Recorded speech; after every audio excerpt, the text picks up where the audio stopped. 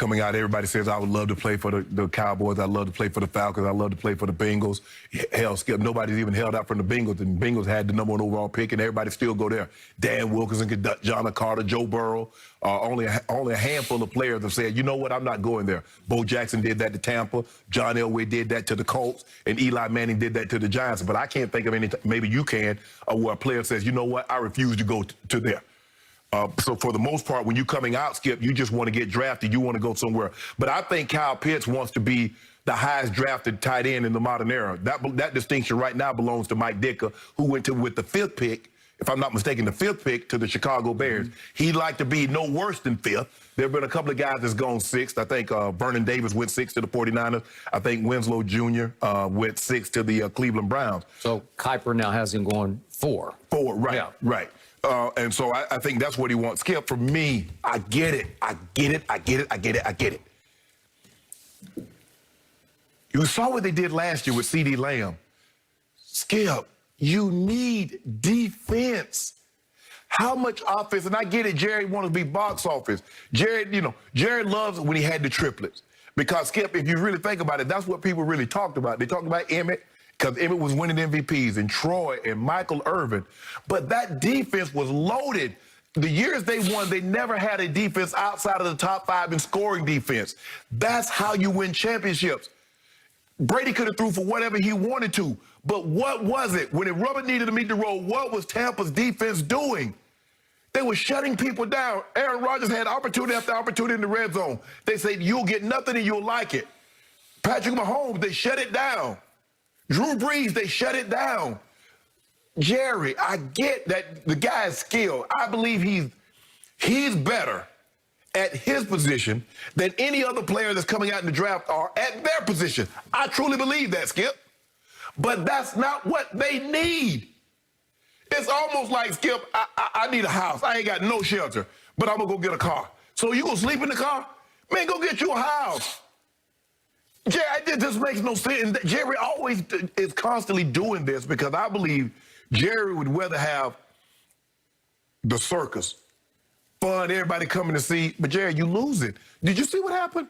Your team gave up 300 yards rushing. They gave up 294. They gave up 250. It was embarrassing. But you got CeeDee Lamb. You got 3 receivers that might get you 1,000. You got Zeke. Jerry, you better go get your defensive player. Now, I don't know if you're going to trade out of that spot, but if it was me, I'm going to get Pastor Tad. I'm going to get a defensive guy. I'm going to get Micah Parsons. I'm going to get somebody that's going to help that side of the football because I believe that is a greater need than having more entertainment on the offensive side of the football. Okay. I will speak on Kyle Pitts in just a moment. But first, I need to speak on my man, Jerry Jones. Gerald Wayne Jones Jr. Spent thousands of hours around him as I wrote my 3 books on the Cowboys. I know him pretty well. I would go so far as to say I know him very well. Yep. When I read this story from Kyle Pitts yesterday, honestly, I hung my head because he's still at it. He's not just the GM in name only. He is the owner and the operator of the Dallas Cowboys to this day. Yes. He is. Yes. My team has not made it back to an NFC championship game since the 1995 season. Yeah. Think about that. Try to get that in your head because I can't get it to go in the back of my brain, in my psyche. It rejects the notion America's team hasn't been in an NFC championship game since the 95 season. Right. In large part because of this man and his involvement in this operation. Yes. So here we go with another draft. And he has fallen in love with another player who deserves the love. Right. But they're not in position to acquire him, obviously. They would have to trade up and give quarterback ransom to go get Kyle Pitts, who, as I just pointed out, Mel Kiper has now going 4th overall to the Dolphins on a trade up. Right. Well, okay, so I told you 2 months ago that Kyle Pitts will be the best player at his position in the draft. And I told you 2 months ago, because there was no buzz about him, that if he somehow falls to 10, which seemed not impossible at that point, because some defensive players will start to go in the late 10s. If you got 5 quarterbacks and maybe an offensive lineman or 2 go, but certainly 1 goes, and then some defensive players go, well, then you got a shot at Kyle Pitts at 10. And I told you then, and you laughed at me, if he falls in your lap at 10, I'm just taking him because he's just too good not to take. And I love Patrick Stan. I pretty much inked him in at number 10 right now. But if Kyle Pitts falls, well, he's not going to fall because all of a sudden he's the hottest name in the draft. But what discourages me to the point of depression is that Jerry is still so actively involved in the drafting. Again, Will McClay has done a great job. And again, to Jerry's credit, in his defense, you know the stat going into last season, over the previous decade, they had drafted the second most Pro Bowlers in all of football to the Kansas City Chiefs. So something's been going pretty right in the draft for Jerry and Will. Or I think it goes in that order because Jerry's got final say. Yeah, of course. You know, and he used to tell me for the books I wrote that during the early drafts with Jimmy Johnson, he would let Jimmy run it, but he would, as he always told me, coach the coach. That's what Al Davis taught him. You have to coach the coach.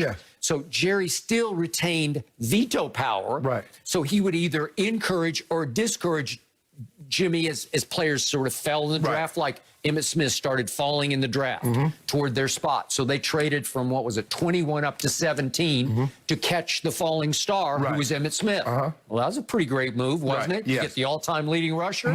Okay. Well, Jerry takes some credit for that because he's like, go. Yeah, do it.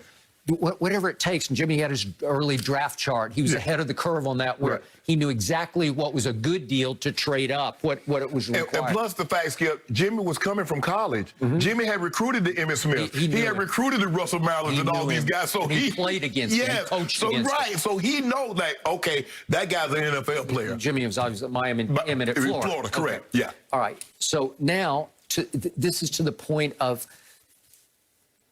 this elbow rubbing side of Jerry. He likes to buddy up to the stars. And so he's now infatuated with Kyle Pitts, which I get, but it's almost like he's a super fan. Got to meet him. Got to talk to him. I don't know if he went to Dallas. I don't know. But do they have to do it virtual? I think it's virtual. Do they Zoom it? Skip, knowing Jerry, he would send the jet for him. You know what's going to happen. Jerry's going to be like, they're not going to draft him. He's going to be gone. And Jerry's going to tell you he thought about drafting, just like he told you about Clyde Edwards-Helaire. He did. I really wanted him. He did. He wanted Paxton Lynch. He did. And he wanted Johnny Manziel, but it was reported that Steve said, "Nah, Daddy. Nah, Daddy." I believe that story to be true. I believe it to be true, and too. Guess who they took? They took Zach Martin. And go to the Hall of Fame. He's going to go to the Hall of Fame one day. I'm pretty sure. So, way to go. So maybe Steven coaches the GM. You know, maybe he has the veto power a little bit where he can talk his dad off the ledge. Well, Steven forgot to take Jerry's cell phone. Jerry got 2 cell phones. Steven thought he had taken one, and Jerry got the other one that called Kyle. Hey, Kyle, how you doing? Oh, but even we're still in the backside of the pandemic. I'm not going to be surprised if we hear that he flew Kyle Pitts to Dallas. I mean, is it against the rules, or I don't know. I don't know if Jerry has any rules. And in Texas right now, there ain't no rules I don't think there are no rules. There ain't no rules in Texas. There's a couple of states there are no rules. So I would not be surprised if Jerry had Kyle Pitts over to the mansion for supper, as he calls it. Well, Skip, there are rules that people just don't adhere to the rules. Because Georgia has been open since April of last year. Florida has been open since April of last year. So has Texas. There are a few states. Everybody's not like California, Skip. When they say they shut it down for real. Okay, I got it. So it tore me up yesterday when we heard that Mel Kiper's latest mock had, and again, this is just Mel's educated guess, obviously, New England trading with Dallas to go up to 10, Dallas back to 15. But you didn't like that. I didn't like it because Patrick Surtain is just a stud to me because his father was a stud. And the lineage there. What I'm eye testing, I watched a lot of Alabama games. He just shuts it down. Yeah, he's smooth. He's fluid. His transition, the way he can press, open up, change direction. Yeah, he's good. He's good got tackling. it all. And he plays the run hard. And you just watch his body language. It's like he's got this. Yeah. Okay. I mean, I would like to see Skip, because he's in position. I wish he could he needs to judge the ball a little better. His dad was a great judge of the ball. His dad if his ball touched his dad's hand, his dad was coming down with it. But if you watch him, this kid, he can jump now. Yeah. But if you watch him, Skip, the way his technique, he's fundamentally sound. He can transition. He can open up. He can press. He can play off. I mean, he's more, Coach Saban like to press his corners and, try to get after the quarterback. But I love the kid, too. But what killed me about Mel's scenario was that that left Patrick Surtain for the Eagles at 12. That would just kill me. Yeah. If Patrick Surtain came back to haunt me for the next 12 years. Because now, Skip, you pair him with Darius Slay. So you got Slay on one side and you got Surtain on the other. No. Take Patrick Surtain. Who needs the one next year? This is the year. Hey, I'm surprised you say, hey, if there's a quarterback there, Jerry, take the quarterback. No.